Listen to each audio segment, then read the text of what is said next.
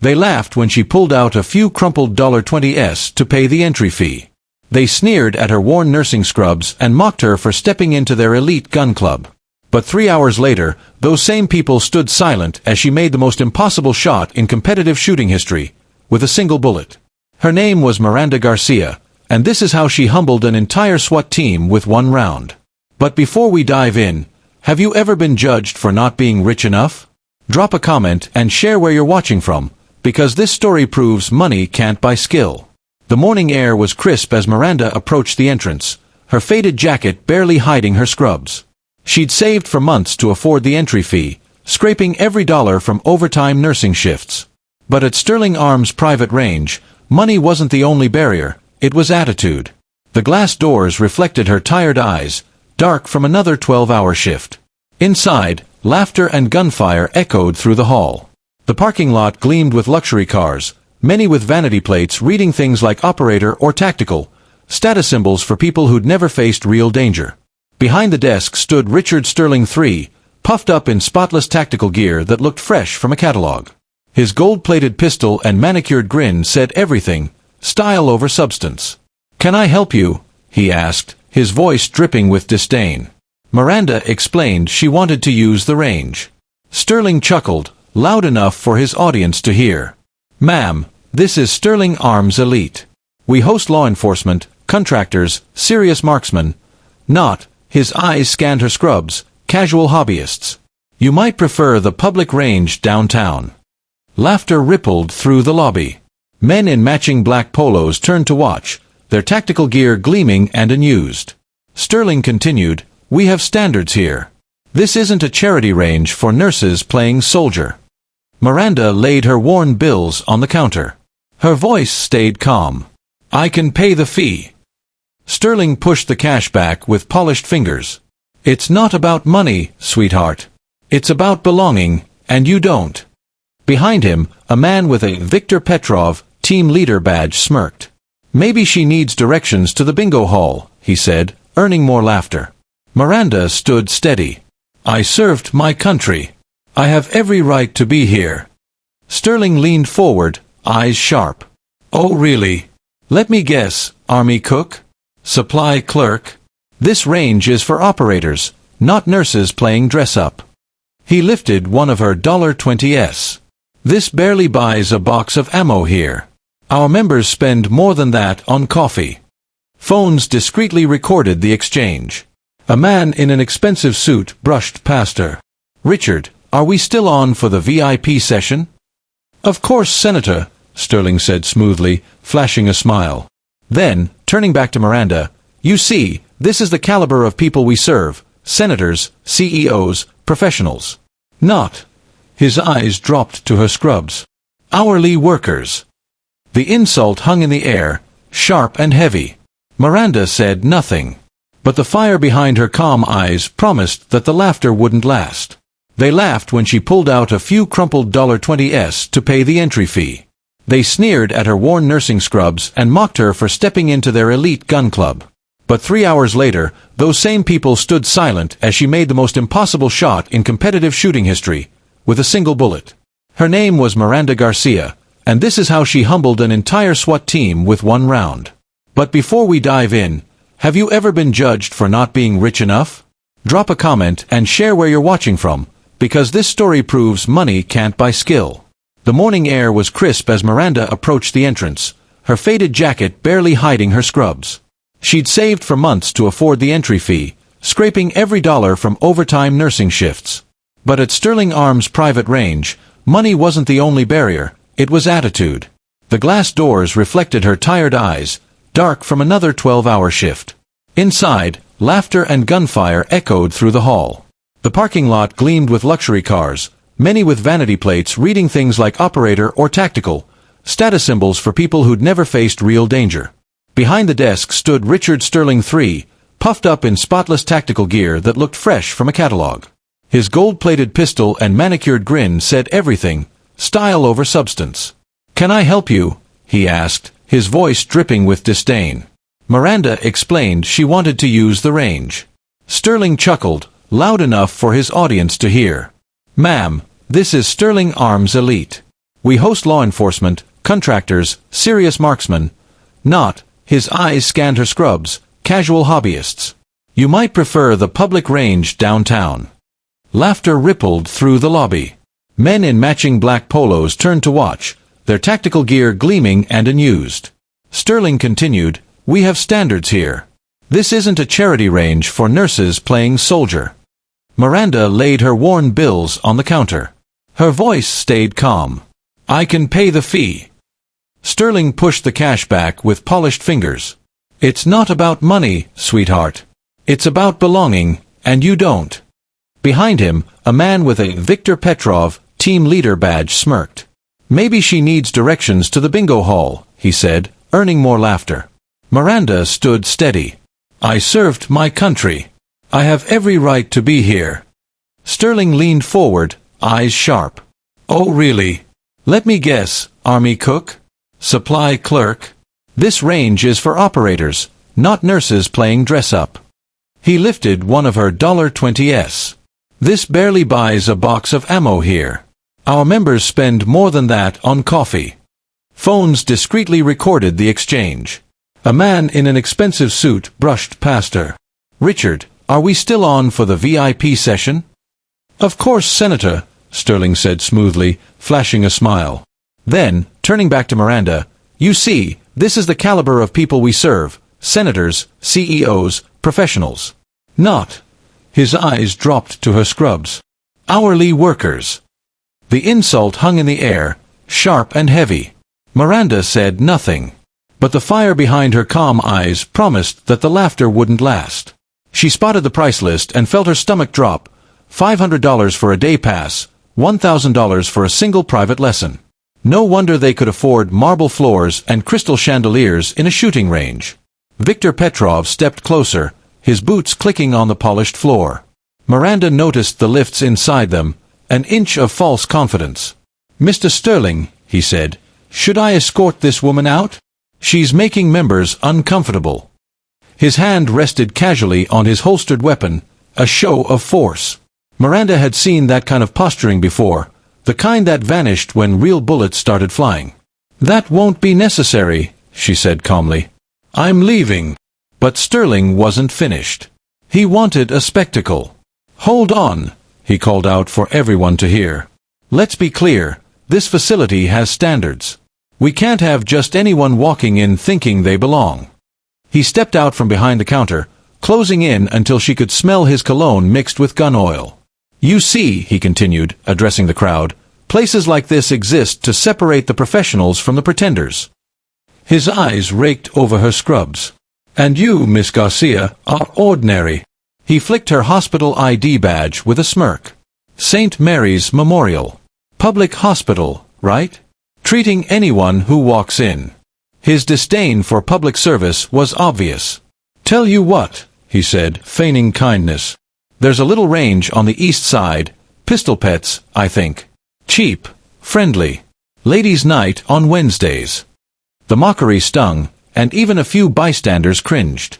Miranda scanned the room, taking in the senator sipping espresso, the businessmen admiring custom rifles, the woman in designer gym clothes posing for selfies with a pink AR-15. These were Sterling's elites, people who bought status, not skill. "Thank you for clarifying your position," Miranda said evenly. "I'll remember this conversation." Sterling laughed, a harsh, grating sound. "I'm sure you will. Now, if you'll excuse us, we have real shooters to attend to." The cameras caught everything, Sterling knocking her money off the counter, bills scattering across the marble floor. No one helped her pick them up. As she knelt, laughter echoed. Sterling shoved her lightly toward the door with 2 fingers. "Security," he called theatrically. "Escort her out. Make sure she knows she's not welcome." A burly guard appeared, hand near his taser. "Ma'am, this way," he said quietly, his eyes betraying a flicker of sympathy. Gravel crunched under her boots as Miranda walked away. Behind her, laughter roared.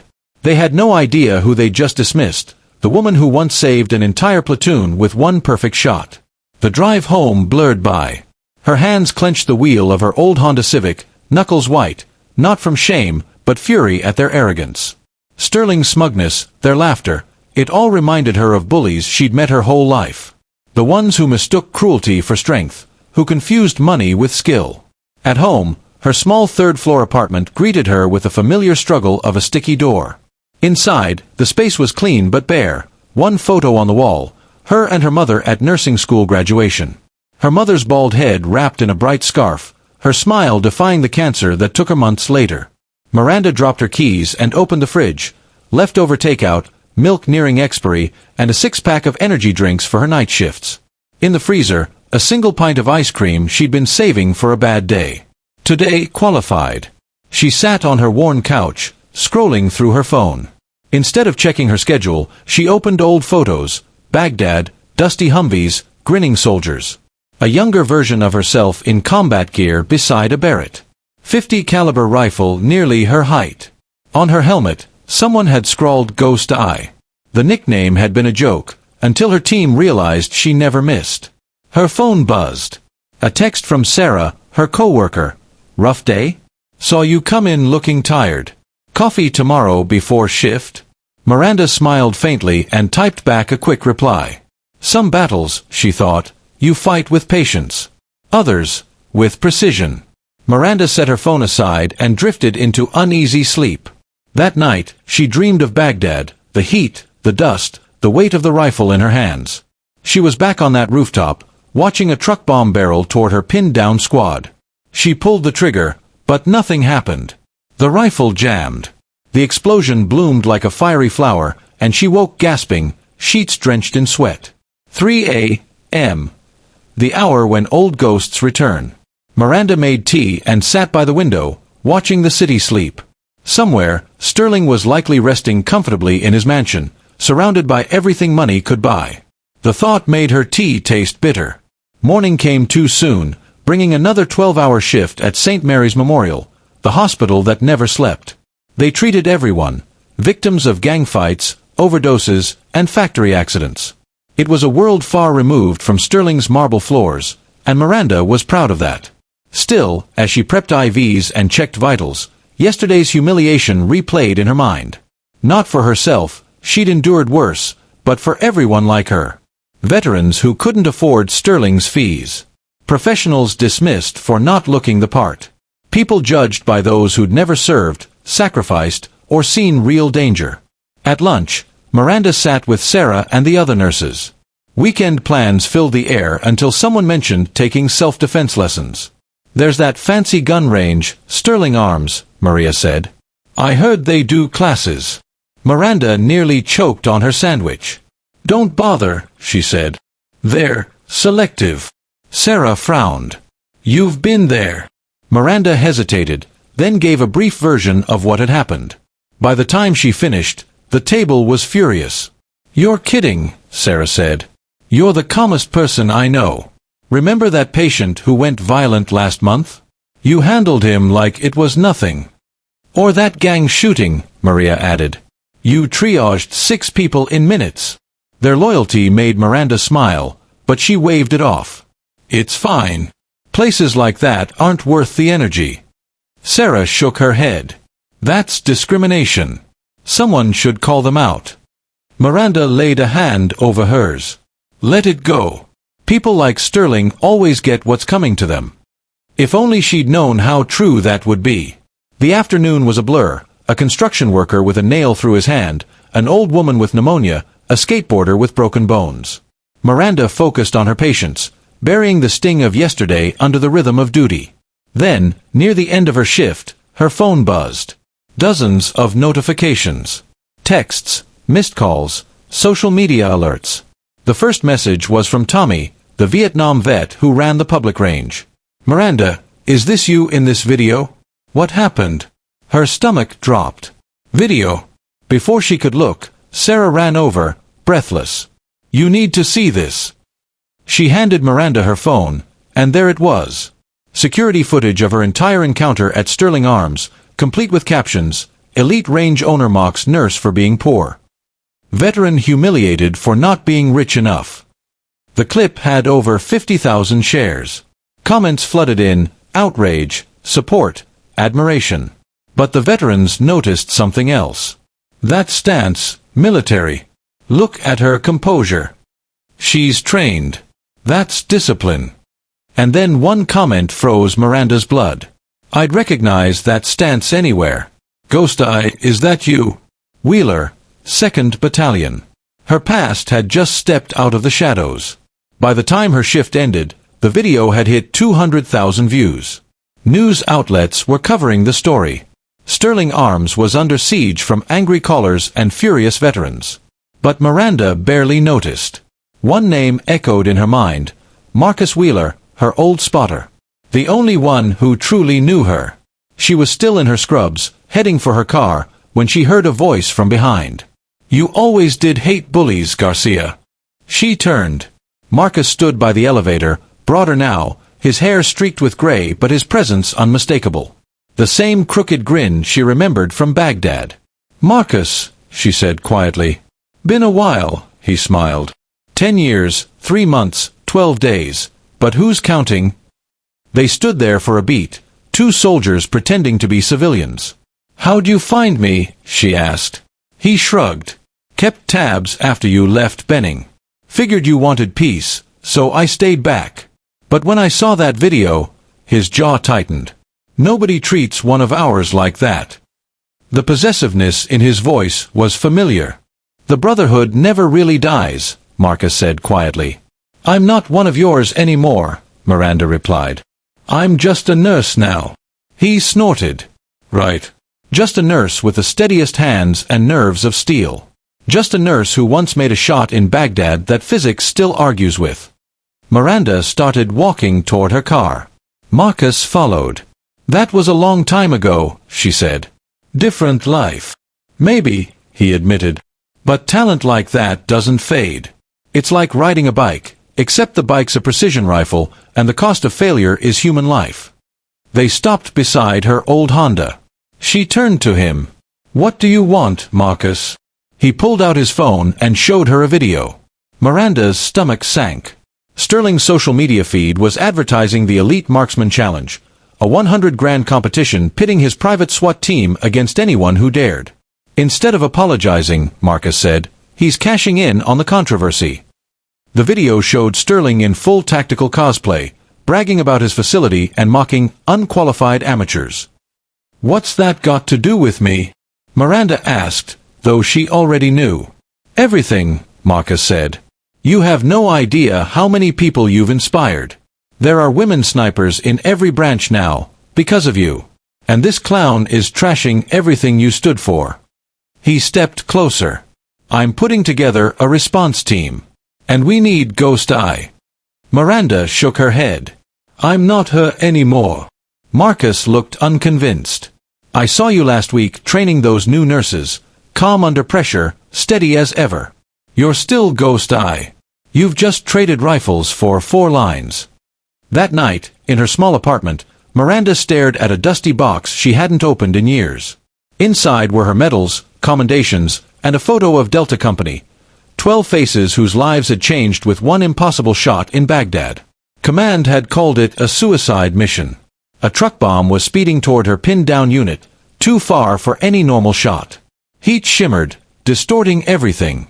But she'd pulled the trigger once, saving 12 lives. Then 26 more over 3 tours. Each shot had built a legend she never wanted. Her phone buzzed. It was Sarah, sending Sterling's latest posts. He was playing the victim online, calling himself a defender of excellence against participation trophy warriors. The comments were vicious. Something inside Miranda snapped. She dialed Marcus. Tell me more about this competition. The next morning, she approached her supervisor. I need a month off. Personal leave. Her boss looked up over her glasses. You haven't taken a single day off in 3 years. Everything all right? Everything's fine, Miranda said softly. I just have something I need to finish. Within a week, whispers spread through veteran circles. Ghost Eye was back. Old comrades offered help, gear, even training space, but she declined. This one was hers alone. Marcus gathered intel. The competition would be broadcast live from Sterling Arms.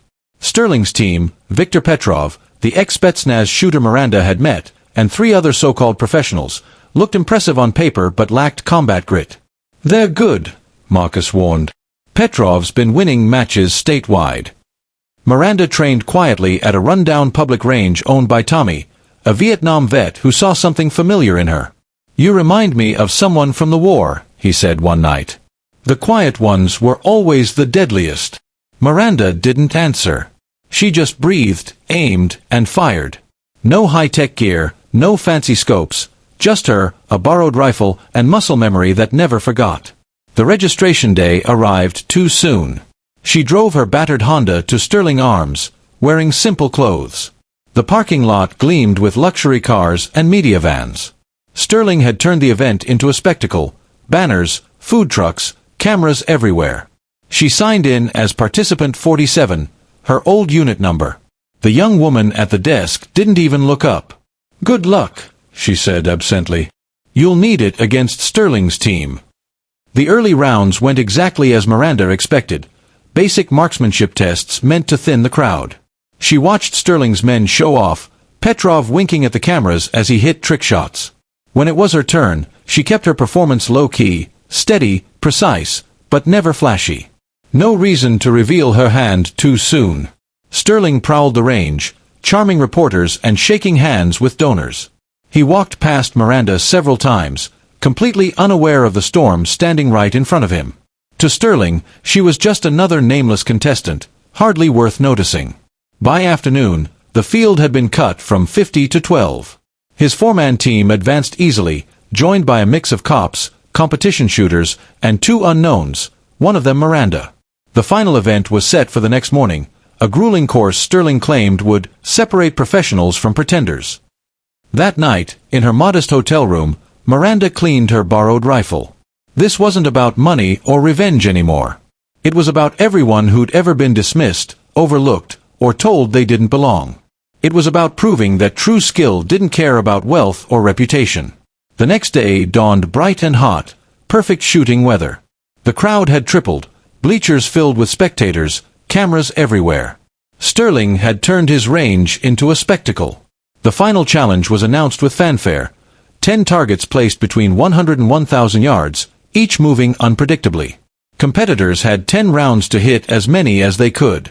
Then came Sterling's twist, massive fans creating random wind gusts to simulate real-world conditions. "This," he boasted to the audience, "is what separates real operators from weekend warriors. Let's see who can actually perform." The law enforcement shooters went first, solid performance, 5 or 6 hits each. Then came the competition marksmen, their high-end rifles earning them 7 or 8. Sterling's own team followed, one by one. They were good, especially with their digital scopes and wind meters. 3 of them scored 8. Then Viktor Petrov stepped up, all business now. His spotter called wind readings, and Viktor hit 9 out of 10. The last shot barely missed when the wind machines roared mid-trigger. The crowd erupted. Sterling seized the mic. "Ladies and gentlemen, that's excellence. 9 out of 10 in impossible conditions. I doubt we'll see that top today." Then came Miranda. Every head turned as she approached the firing line. The wind whipped across the field. Flags snapped violently. She could see Marcus in the crowd, calm but focused. A few veterans stood nearby, silent pillars of support. Miranda settled into position, but didn't fire. Instead, she watched. The targets cycled through their patterns, and she studied each movement, memorizing timing, speed, and rhythm. The audience began to murmur. Sterling's voice filled the speakers, smug. "Sometimes the pressure's too much. We might be seeing a little stage fright." But Miranda wasn't frozen. She was calculating. When the targets reset, she stood. Then, calmly, she ejected 9 of her 10 rounds. The metallic clinks rang through the silent range. Sterling's grin vanished. Even Petrov looked over, eyes narrowing. Miranda chambered her single round. 1 bullet. 1 chance. She waited. The first target appeared, then the second, then the third. By the time the 7th was moving, the audience was standing, confused but riveted. Then, there it was. For exactly 2.7 seconds, every target aligned diagonally, the wind steady at 15 miles per hour. The perfect moment. A shot that existed only in theory. She adjusted instinctively, wind, range, deflection, everything happening below conscious thought. Then, she breathed once and squeezed the trigger. The round streaked across the range, hitting the first target dead. The ricochet sent it slicing through the next, and the next, 10 rapid impacts, sharp and rhythmic like music. "All targets hit," came the stunned voice over the loudspeaker. "One shot, 10 hits." For a heartbeat, silence. Then chaos. The crowd exploded, cheers, disbelief, cameras flashing. Miranda rose slowly, facing them all. "My name is Miranda Garcia," she said, voice carrying through the air. 15 years ago, they called me Ghost Eye. A month ago, I tried to pay for range time here. Mr. Sterling told me I didn't belong, that this place was for elite operators, not nurses playing dress-up. She turned toward him. His face had gone pale. "Well, Mr. Sterling," she continued, "real operators don't need fancy gear to prove their worth. They don't put others down to feel important. And they never forget that skill comes from sacrifice, discipline, and service, not the size of a bank account." The crowd was electric. Veterans shouted her name. Stories of Ghost I spread through the audience, of lives saved, of a legend reborn. Sterling grabbed the mic, trying to recover. "Now hold on, there are procedures." But no one was listening. The crowd chanted, "Ghost Eye! Ghost Eye!" as Marcus stepped up beside Miranda, grinning. He took the mic from Sterling's limp hand. "Ladies and gentlemen," Marcus said, "what you just witnessed isn't just incredible marksmanship. It's proof that true excellence doesn't care about money, status, or connections. T cares about integrity, service, and courage." The judges huddled briefly, then turned to face the crowd. There was no doubt Miranda had won. Cameras swarmed as reporters shouted questions, but she raised her voice above the noise. "The $100,000 prize," she announced, "will go to St. Mary's Memorial Hospital's pediatric wing. Because unlike some people, I believe in giving back to the community that supports us." The crowd roared. But Miranda wasn't done. "I also have a challenge for Mr. Sterling," she said, turning toward him. "Open your doors to everyone, veterans, law enforcement, medical workers, teachers, anyone who wants to learn responsible firearm use. Do that, and we're even.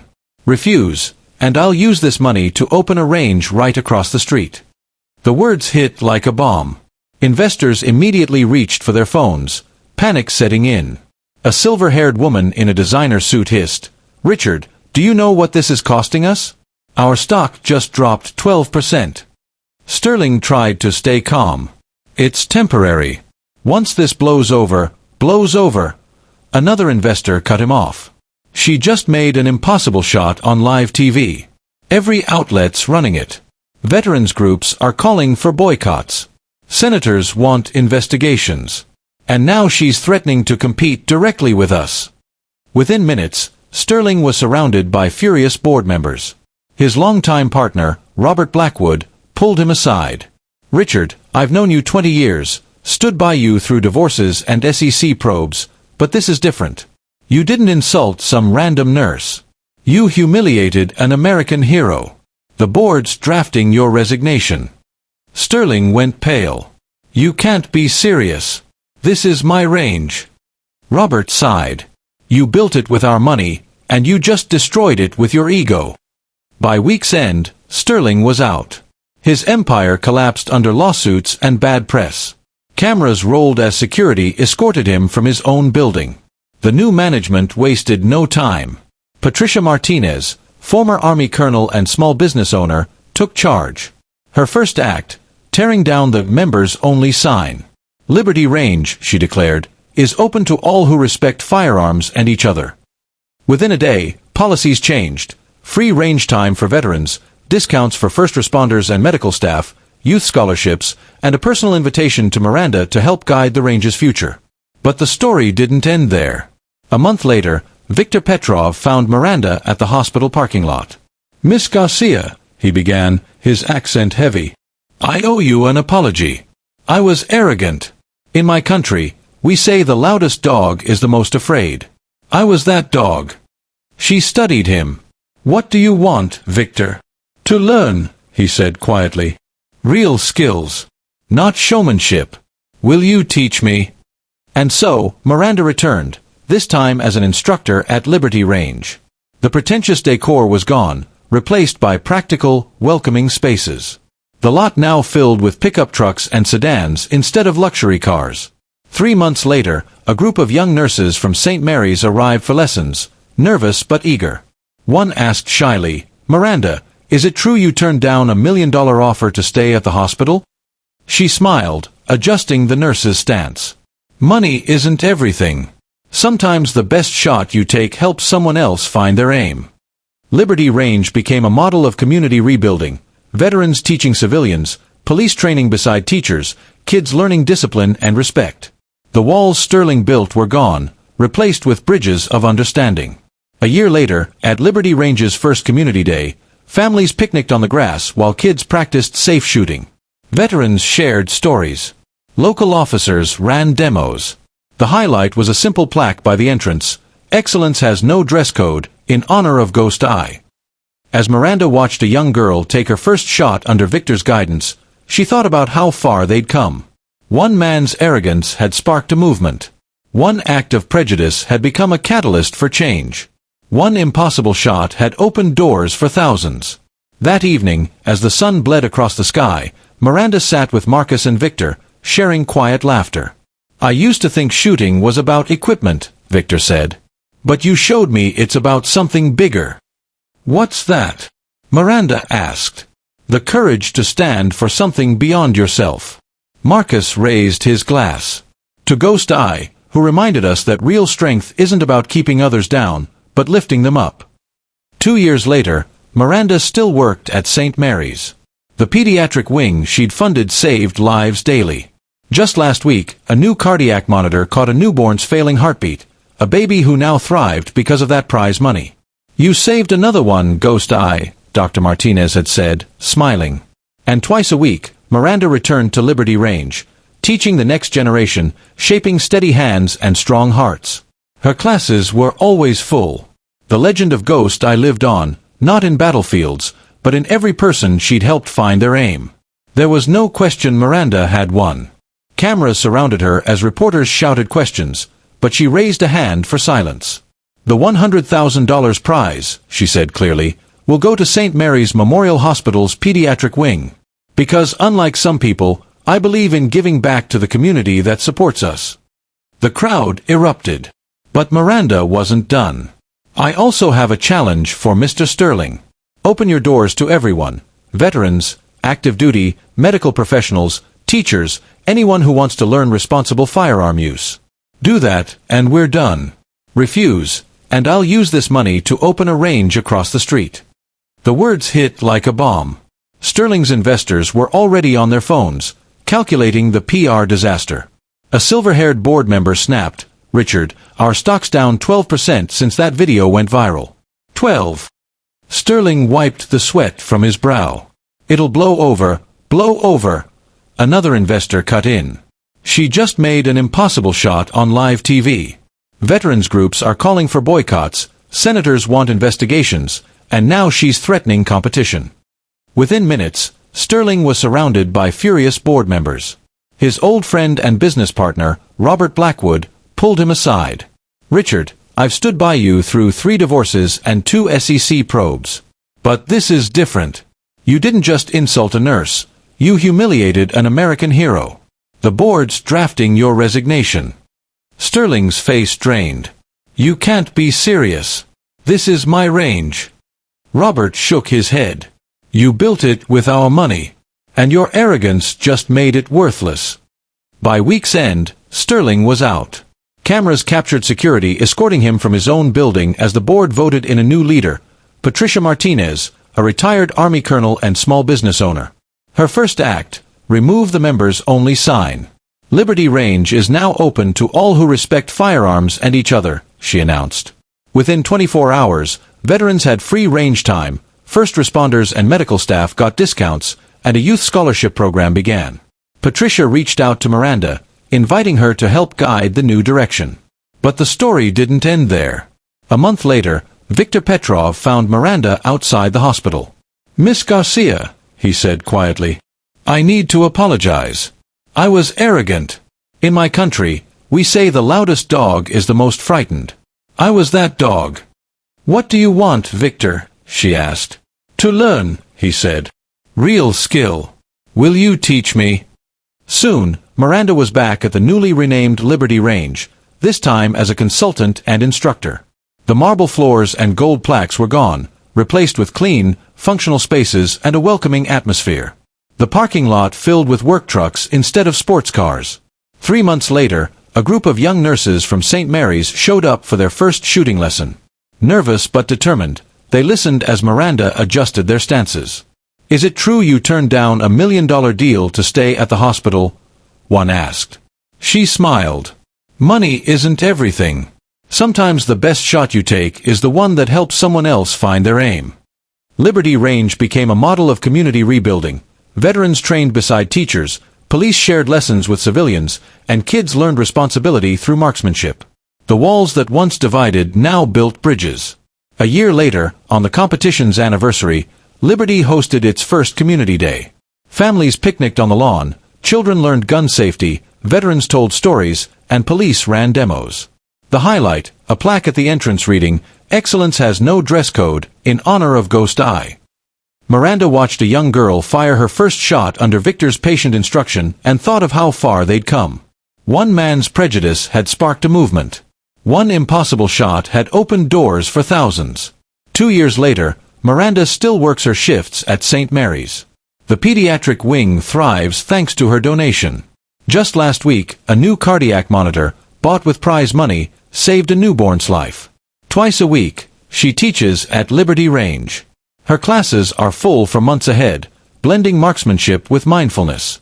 The hardest battles, she tells her students, are the ones inside. As for Richard Sterling, he's selling used cars in Austin now. His gold-plated pistol replaced by a clipboard. The mighty had fallen. His attempt at a comeback, a YouTube channel called Tactical Truth, barely reached triple digits. Meanwhile, the Impossible Shot video passed 100 million views. MIT studied the physics. Discovery Channel made a documentary. But those who truly understood knew, it wasn't about physics. It was about patience, discipline, and vision. Miranda keeps a letter in her locker from a young Afghan soldier who wrote, "Your story gave me the courage to keep going." It reminds her daily that one act of courage can ripple across the world. As she sits in her apartment, her old Remington polished beside her, she thinks of everyone who's ever been told they don't belong. Nurses, veterans, dreamers. "Your shot is waiting," she'd say. It might be a scalpel, a keyboard, a kind word, but when your moment comes, take it. Excellence doesn't care about your bank account or your gear. It cares about heart. When asked if she had any regrets, Miranda smiled softly. Only that it took me this long to realize, being underestimated is a gift. It gives you the element of surprise. So here's the question she leaves for US. What's your impossible shot? What dream have you been told is out of reach? Because we all have a Sterling in our lives, but we also have a choice. Stay small or prove them wrong. Miranda still drives her beat-up Honda, still shops at thrift stores, but she also holds the record for the most impossible shot in history. Not because she was special, but because she never let others define her limits. In the end, it wasn't about the shot, it was about standing up. Turning humiliation into change. Proving that excellence is earned through dedication and heart. As the sun sets over Liberty Range, Miranda watches teenagers train under Victor's guidance. Veterans laugh over coffee, seniors stretch in a yoga class, and kids learn focus and respect. The place built to exclude has become a place for all. Because the strongest weapon isn't in your hands, it's in your heart. The courage to stand tall, to lift others, to build instead of break. So take your shot. The world is waiting to see what impossible thing you'll do next.